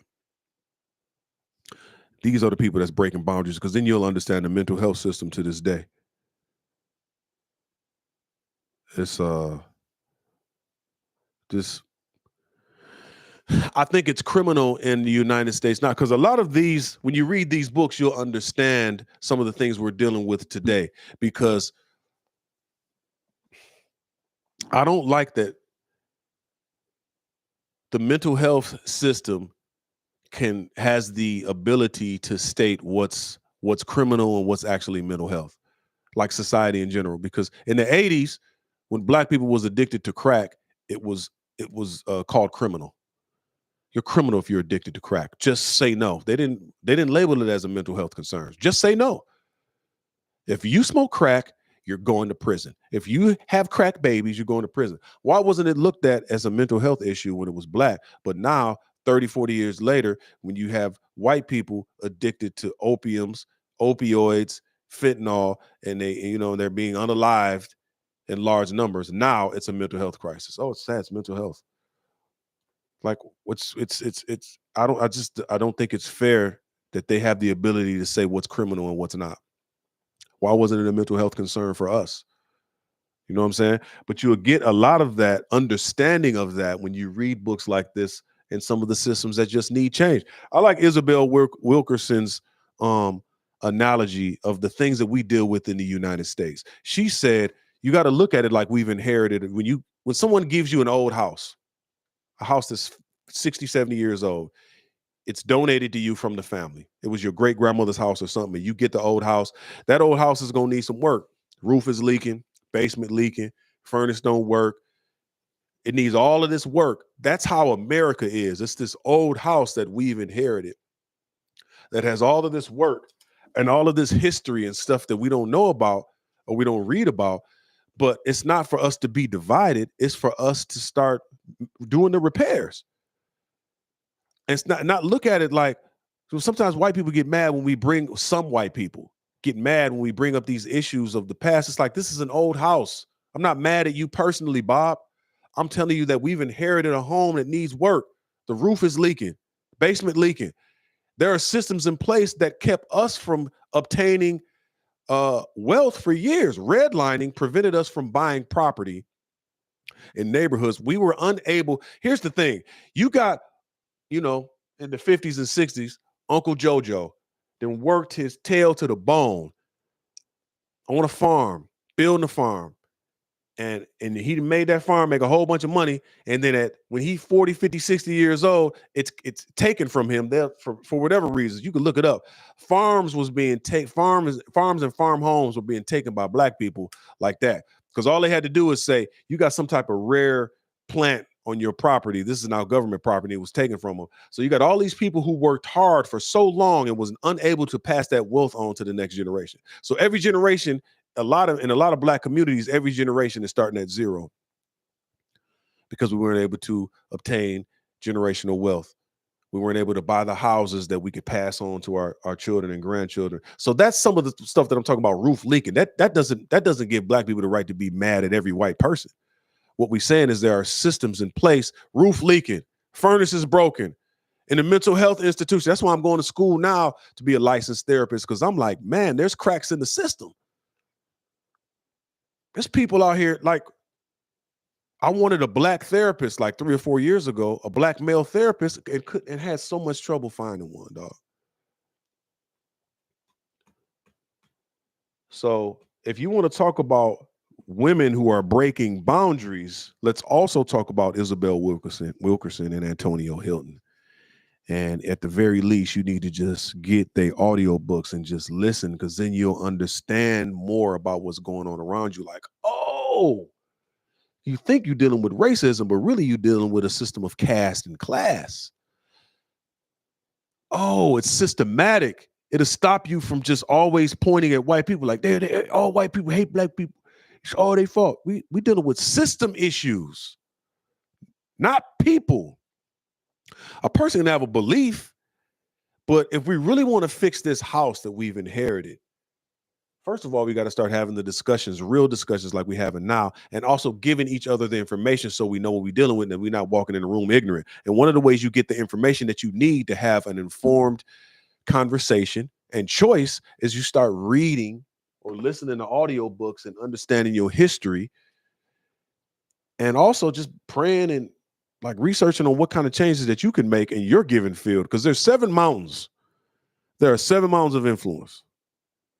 Here are the 7 mountains. And some of y'all that are listening right now, no, Evan's one of them. Some of y'all that are listening right now are called to make changes in one of your 7 mountains of influence. One of these 7 mountains of influence. They are the 7 areas of movement. 7 areas of influence are family, religion, education, media, entertainment, business, and government. Y'all in the chat right now, y'all listening right, you are called to make a difference or influence in some type of way in one of those 7 mountains, even if it's just in your family. Y'all saw my daughter here last week. I'm not perfect. I'm still working on issues, still in therapy, still praying, still working on stuff, but I'm doing my best for my family, and I'm giving them the benefits of all my mistakes at age appropriate levels. This is what I did. This is what it cost me. This is what I did that was stupid. I want to make an influence on my family. I want my family. I'm raising the type of people that will go onto this world and make a difference, and the type of people that I would be cool with. So that means I got to fight these baby mamas for relationships with my kids. I'm willing to. I done went to court. I'll spend money, because, and also too, I've just made certain choices in relationships that may have not have been the most favorable. So I want to help them avoid those things. But influence in family, religion, education. Some of y'all called to be teachers to just make a difference in kids' lives. Media, entertainment. That's this. Spreading the good news. Not sitting here gossiping about what a bunch of other celebrities is doing, whatever. I'm going to give you some real game, some real stuff on health, mental health, business. That's another mountain. Some of y'all are called to just have exceptional businesses. You know how much I can't stand poor customer service? That's why, I've been driving truck part-time for 2 years. I've never called off in the last almost 2 years. Never called off. Of course, I don't work every day, but I'm saying I've never had a day where the day I'm supposed to work, I call and say I can't make it. I went in sick because I want to show I can't stand poor customer service or poor work ethic so bad that I'm not going to be the one who also does it. I've never called off. Government. Some of y'all are called to be politicians, man, to make changes in laws and do things. But if we don't do what we called to do, how are we going to make a difference? One of the books everybody should read right now is Black Labor, White Wealth by Dr. Claude Anderson. Craig and DeJuan put me up on that book. Good brothers, man. Good book. Another book called White Trash. It's written by what's her name? White lady. If you really want to understand what's going on around you, we got too much to do to be walking around ignorant. White Trash. Craig gave me that book years ago. White Trash is the 400-year untold history of class in America. This is a New York Times bestseller. It's the history of class in America, which challenges popular myths about equality in the land of opportunity. The author, Nancy Eisenberg, white Jewish lady. Just them two books. Even if you just 5 books, even if it take you 2 years to read them, if you want to understand what's going on around you, and you also want to understand your purpose, probably 6 books. So Purpose-Driven Life by Rick Warren. That's a book that will help you understand what your purpose is. Purpose-Driven Life. White Trash, The 400-Year Untold History of America by Nancy Eisenberg. Black Labor, White Wealth by Dr. Claude Anderson. Excellent book. Excellent book. It will help you understand what we need to do instead of complaining. This is what we need to do. Caste, The Origins of Our Discontent by Isabel Wilkerson. Madness by Antonio Hilton. What's another book? This is another favorite book of mine. It's called Taming Your Gremlin. Forgot the author of that book. But that book will help you deal with day-to-day stresses, because in order for you to accomplish your perfect will destiny, you're going to have to be able to deal with the stresses and pains of life. And this book will help you walk through the process. You know what I'm saying?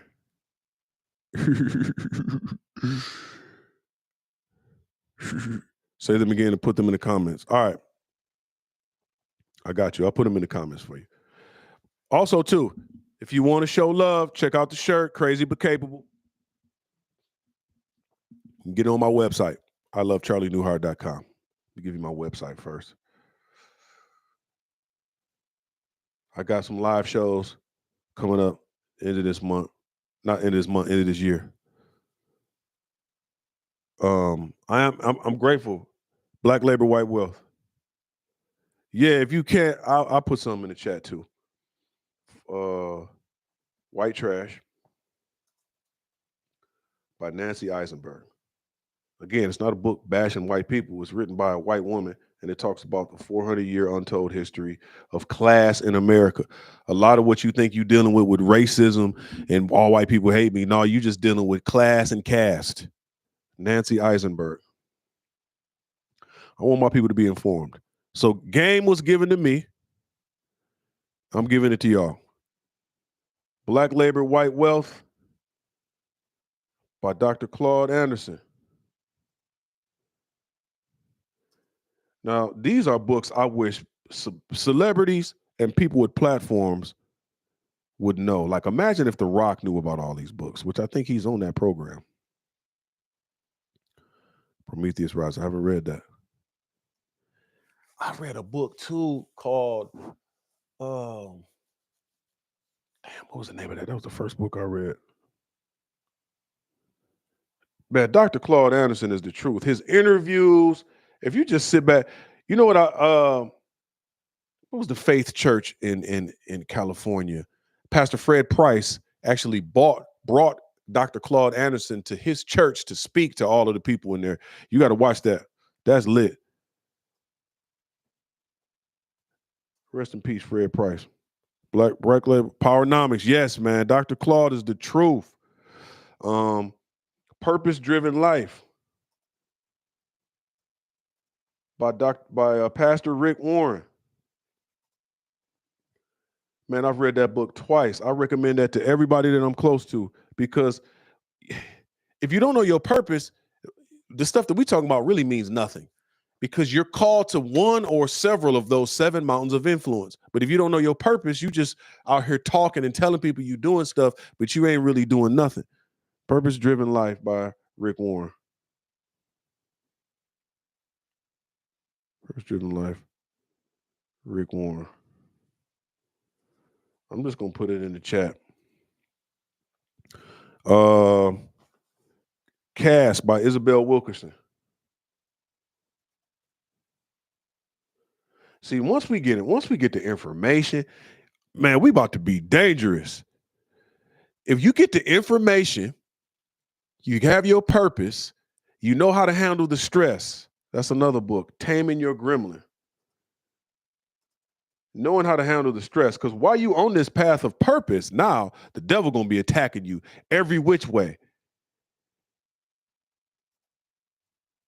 And really, the secret to getting rid of depression and sadness and getting all that is spending time with God and reading the Bible. That's my opinion. But if you believe something different, that's all you. Taming Your Gremlin by Richard Carson. This book, I had court-ordered anger management years ago. And one of the therapists that spoke to me gave me this book that changed my life. Taming Your Gremlin. That book, probably one of the best books I ever read.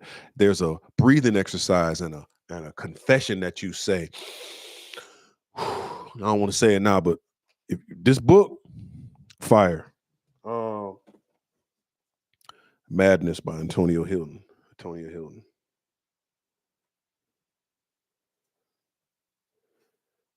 Then when you understand, like, dang, man, a lot of this stuff started in the United States. Like the system of eugenics was just so cold because these billionaires, these millionaires and billionaires, they feel like there's only limited resources in the earth. That was part of the reason for the pandemic. There's limited resources in the earth and everyone's going to take them all. So we've got to learn and figure out how to eliminate certain people, groups of people, so that some of the resources will be left for us. That's a lot of what we be dealing with.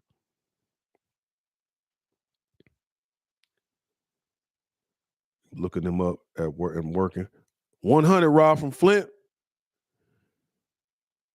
John Hope Bryant just released a financial book. Dang, what's another good financial book too? Because then now I know I read what's dog name? White dude. Total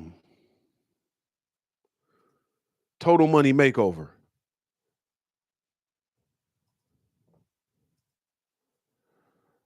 I've read so many books. Robert Kiyosaki's book, Total Money Makeover by Dave Ramsey. That's a cold book. Yeah, I read Rich Dad Poor Dad. That was a good read, man. Total Money Makeover. Now this one kind of walks you through your personal finances. Like everybody, tell me now. I want to ask y'all: do y'all at least have $1,000 saved, liquid cash somewhere at the crib for emergency use?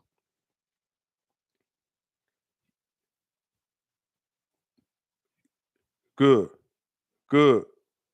At least have a band on deck. Life insurance. Man, you know how much of a up. We never know what our expiration date is. But if you got 100 bands on you, it's gonna cost 10 to bury you. You can leave a 90 ball for your family. Total Money Makeover, Dave Ramsey. So we got to make a difference by doing. What's this nigga name? Dave Ramsey.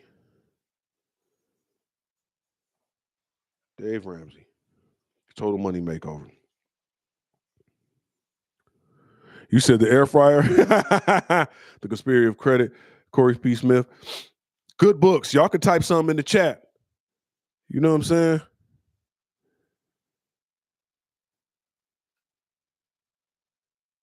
Dave Ramsey straight. I mean, here's the thing.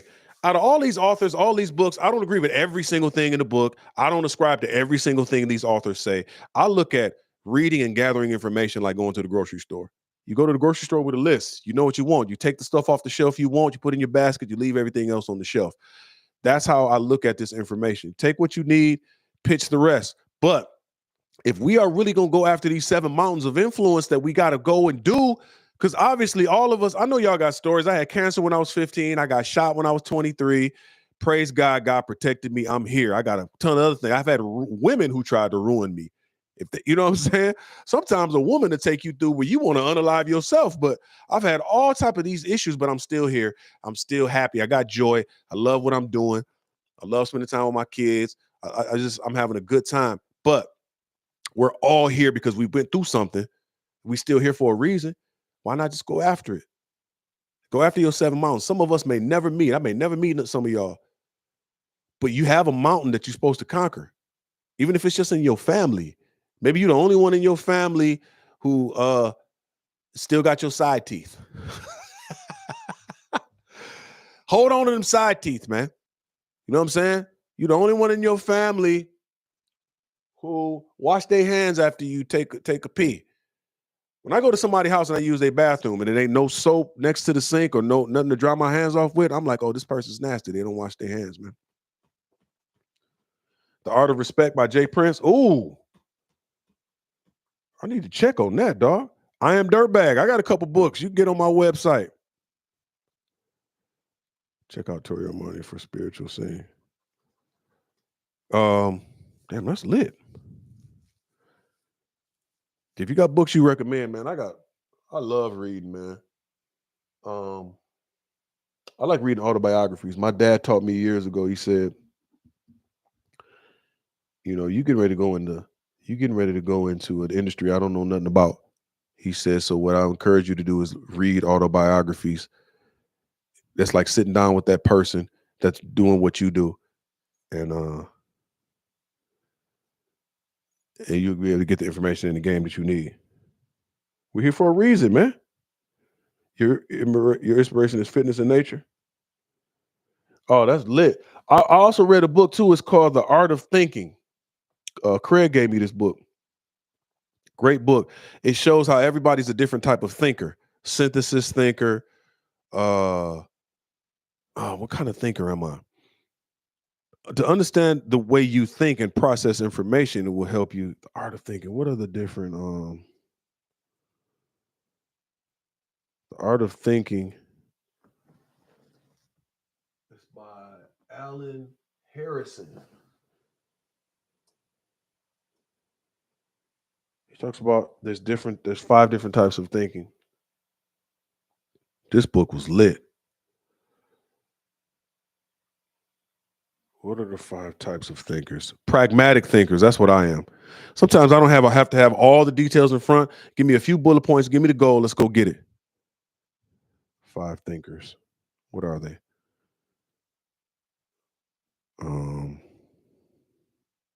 Love this book, man. Pragmatic thinker. Okay, that's what it is. Pragmatic thinking, idealist, analyst, synthesis thinker. There's quizzes in the book. But if you want to find out what kind of thinker you are, it'll help you understand. And then you'll be able to see it in your kids.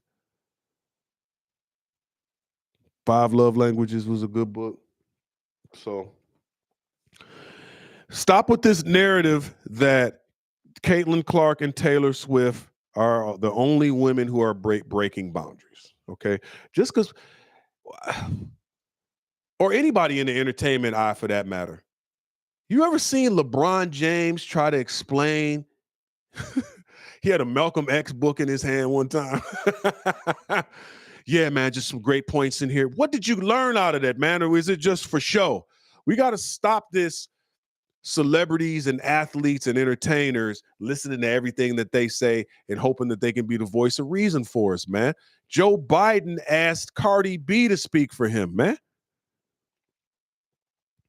Where's that video of LeBron with the Malcolm X book in his hand? I was crying. Bro, you didn't read none of that book, fam. Hilarious. I'm crying. It's a whole this one says LeBron James lying for no reason compilation.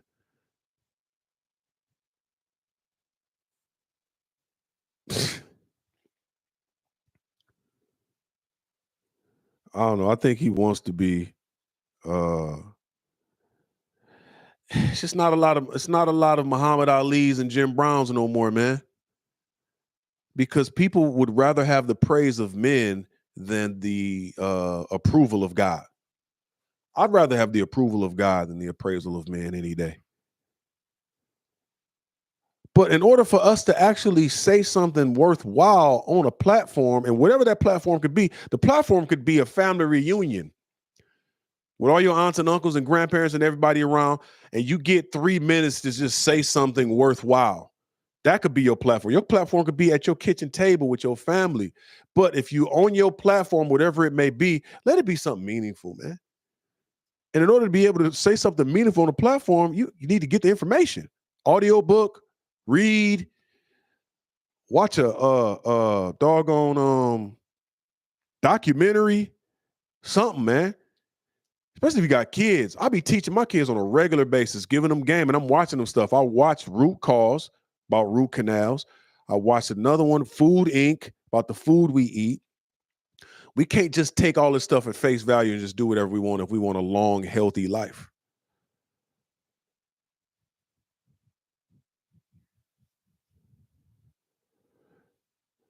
You made it public for the chat. Good looking. Rob from Flint. Yeah, read audiobooks, something. We get the information. That way you speak on your platform, man. We got to make a difference in one of these 7 mountains of influence. It's not just about, I tell y'all all the time, I'm not doing this for likes and subscribers and views. And I don't even know how I got to 25,000. I'll be barely doing stuff on here sometimes. I'm trying to stay consistent now. It's a God thing. But as God blows up the platform, I'm still talking the same. I'm still acting the same. You know, I done took some cuss words and stuff out because they flagged a bunch of my videos. There's some topics on this platform I can't really speak on, but you get the gist of it, man.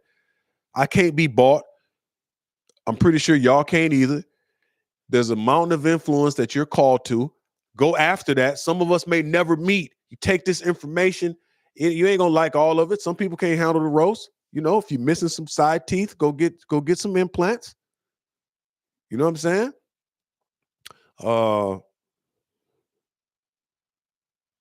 100 Carlton. Carlton like my brother, man. 77. So here's another opinion that I have. I don't like the push for electric cars. It's being shoved down everyone's throat as if having a gas-powered car is evil. Did y'all see what happened this winter when all the electric cars in like the cold areas didn't work no more? They wouldn't charge. They just left them on the side of the road. That got media coverage for 2 seconds and then it was over with. Okay, it's okay to have an electric car. I'm not saying don't get one, but also keep you a gas car. What happened to them people that had all electric cars and all their cars froze for days? And also, too, the media don't talk about this as much. The infrastructure for electric cars is not fully built yet. You can't drive no electric car from Vegas to Detroit effectively. There's videos of people trying to make cross-country trips with electric cars and trying to find places to charge their cars. It's unreal. These supercharged stations, and the system is not built yet for the way they're pushing electric cars. And not only that, the process in which to mine for the lithium needed for electric cars is diabolical, dog. They drowning out whole towns, making people sick. It's people losing their life in these third world countries just to mine for the lithium needed for these electric cars. They need a whole new process in which to mine for the lithium. They need a whole new process in which to make these batteries, because once your battery in your Tesla is shot, that car is through. It's costing you an arm and a leg to get a new battery. So at the end of the day, what we're really talking about is just balance. If you putting these two women in front of me, this Caitlin Clark and Taylor Swift, and saying that these women are breaking boundaries, also tell me how Isabel Wilkerson and Antonio Hilton are also breaking boundaries. Talking about real stuff and not just entertainment. If you're trying to tell me that electric cars is great, okay, but also too, you need to let me know that but the process of mining for the lithium for these electric cars is unaliving people. And in the wintertime, your car may not work. And you may not be able to travel cross country. So if you get an electric car for local runs, okay, cool. but also keep you a gas car for when it's cold and you want to drive from Chicago to LA. Stop saying one thing is wrong and this other thing is right. There's ups and downs and pluses and minuses to all of it.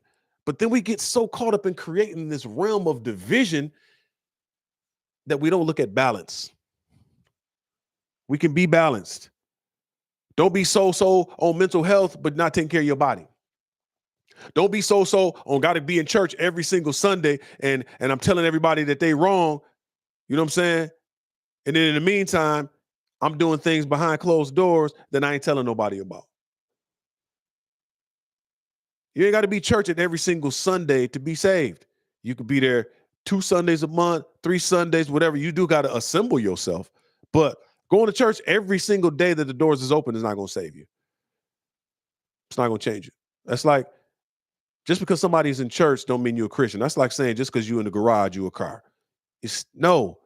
You got to have your own relationship with God. That's why I don't necessarily say that I'm a religious person. I'm spiritual. I have my own relationship with God. I can go in my room and close the door and have a conversation with God, read the Bible. And then when I go to church, it affirms my faith of what I've already studied in my own room. So stop saying or making people feel bad that don't go to church every Sunday or because they're struggling with a certain type of lifestyle habit. Sometimes we judge people in chapter 5 of their life when in chapter 7, they're going to get it all together. Cut that out, man. Balance. Stop believing all these stuff, these YouTubers and podcasters. And you can fact check the stuff that I'm saying. I don't even care if you like or subscribe or not. But stop believing all the stuff that people saying. A lot of them is capping, dog. A lot of them is broke. They're not. They capping. They can't tell you or lead you no kind of direction. It's just entertainment because they're trying to get a bag. I'm gonna tell you now, if you broke and busted in whatever industry you in and you getting tired of it, go get your CDL license, dog. You can print money if you driving a truck, and even if you just do it for a season. And while you're doing that, go to school. Start making decisions for your future self. Right now, I'm driving truck part-time. I do have a CDL license because, the industry got weird. I'm still doing stuff industry-wise. Shout out to Optima Tax Relief. Love the commercials. I still shoot stuff. You know what I'm saying? I'm still doing a few things here and there, but I'm also in school now because I'm thinking about the future, Charlie. At age 50, I can be a licensed therapist. Even if I'm using it on stage, I got a sold out. I sell out Little Caesars Arena. It's a stand-up comedian. I'm fully using some of the stuff that I'm learning right now in a psychology degree on stage. So I can use it no matter where I'm at in life. Start making decisions for your future self. You know what I'm saying? I'm giving you real game. Make sure you got a band saved at the crib, at least for emergency use. Get you some life insurance, man. Read Purpose-Driven Life. Figure out what your purpose is. And once you find that purpose, it's time to get after it. We got too much to do, man. We got too much to do. Cashing in on Black Lives. You can go on a launch of it. It would take longer. That's true. $20K for a new battery. It will take you longer because you got to stop. You got to find. And it's like, stop with this, man. Somebody gave me a really good tool. A good tool earlier this year. They said, Charlie, you got to stop thinking in absolutes and start thinking about floors and ceilings. So what do you mean by floors and ceilings? You're not going to get everything you want to get accomplished in a day or a week or a month or a year, but have a floor and a ceiling. So let's just say you want to start working out. Your floor is just get in the gym. Just get there. The ceiling is you work out an hour or 2 hours while you're in there. But if all your floor is when you start is get in the gym, maybe one exercise, and then you leave. So with everything you doing in life, have floors and ceilings. So if you want to start a podcast, maybe your floor is every day I'm just going to write down a topic. And then, in 2 weeks, I'll buy a camera. Your ceiling is within a week or two, you film it. But let's just say you start small. Zechariah 4 says, if you start small, the 7 spirits of God will come help you. Start small. Floors and ceilings. Your 2020 RT Challenger can get more than an EV. and it's paid for, and you own a Tahoe. Hey man, you got a 98 coupe, look, 1984, 98. You sound like me. I got a two cars, 77 Cutlass and a 2004 Mercury Grand Marquis. Cash. Love my cars. My Grand Marquis, I drove it to Ohio this weekend. My baby had a tournament out of town, a cheer tournament. Drove there, drove back. Then I went out of town. I made a 3-hour trip, drove there, drove back. Champion. 170,000 miles on that boy. I paid $1,400 for it. Bought it from an old white dude. He was the second owner.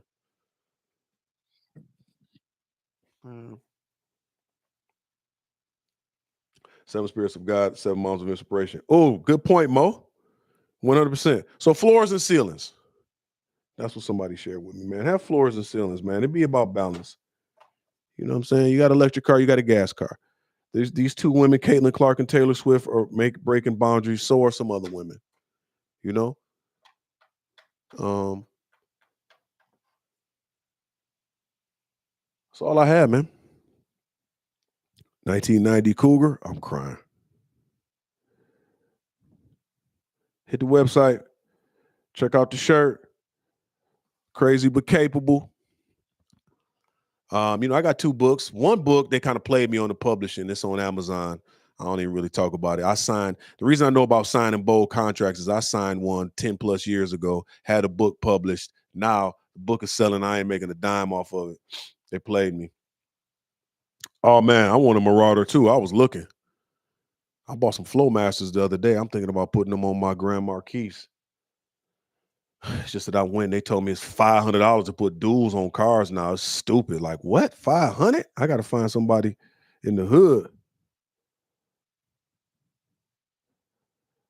So 69 Malibu Chevelle. Yeah, man. Well, tell me what kind of cars y'all got and what y'all looking for. I'm looking for. I want a 1990 Caprice, a box with no motor in it, no trans, but clean. And I want to put a 454 in it. Posi, bang, flow, shoes. Yeah. Take the D-Tech. Do D-Tech on Greenfield in the city, are they still doing Flowmasters and Springs and 2001 Chevy Suburban? I just sold one of them.